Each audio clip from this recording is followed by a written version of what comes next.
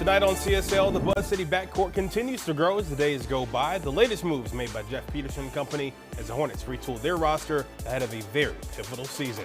And with that, we'll welcome you to Carolina Sports Live on this Wednesday night. As always, we appreciate you joining us at home. Alongside Casey Funderburg, I'm Gabe McDonald. And Casey, we got a little midweek madness tonight for the folks. Yeah, that's one way to put it. Plenty to get to over the next half hour. Some major college football recruiting news. Plus, we check in with Charlotte FC ahead of their long-awaited return to the bank. And we get you ready for this weekend's street race through the Windy City. But we start at the Hive, which has been buzzing this week with all the moves the Hornets are making. Yeah, absolutely. Jeff Peterson, or Chef Jeff, as we like to call him. Shout out Bobby Andrews for that one. Still wheeling and dealing today. The latest move sees Charlotte bringing in another veteran guard as the Hornets are signing former Maverick Spencer Dinwiddie. It's a one-year deal for Dinwiddie, who just wrapped up his 11th season in the NBA. He started in 30 of 79 games played a season ago in Dallas, averaging 11 points and 4 rebounds in his return to the Mavs after spending time with the Nets and the Lakers in previous years. Dinwiddie, if he's still around when the season rolls around, certainly a big if, will provide a strong veteran presence and a reliable scorer in a young Hornets backcourt.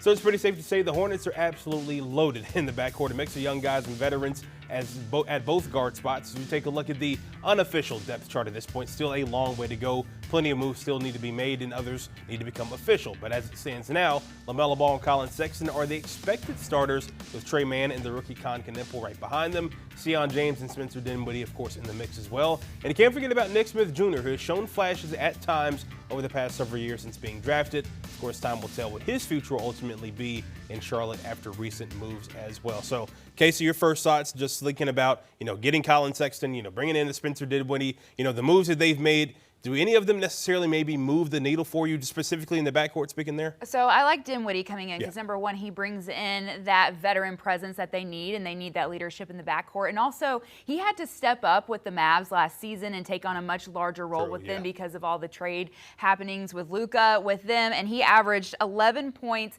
per game, which I thought was really well because that was something that the Hornets, I feel like, lacked a lot of guys being in those double digits. So I think he's the one that I like the most, and I feel like stands out the most because he brings that leadership and experience to this team. And you still have, a lot of guys trying to find their way in the NBA as well. Think about it, guys. This is still a very, very young team when you think about it. So as many, older guys that have been around the block as you can have as they're trying to really shift the culture here with Jeff Peterson and Charles Lee, the better. I think he'd be a good guy to stick around, but of course, a lot of moves still need to be made. Queen City News Plus. Just search Queen City News on your smart TV's app store.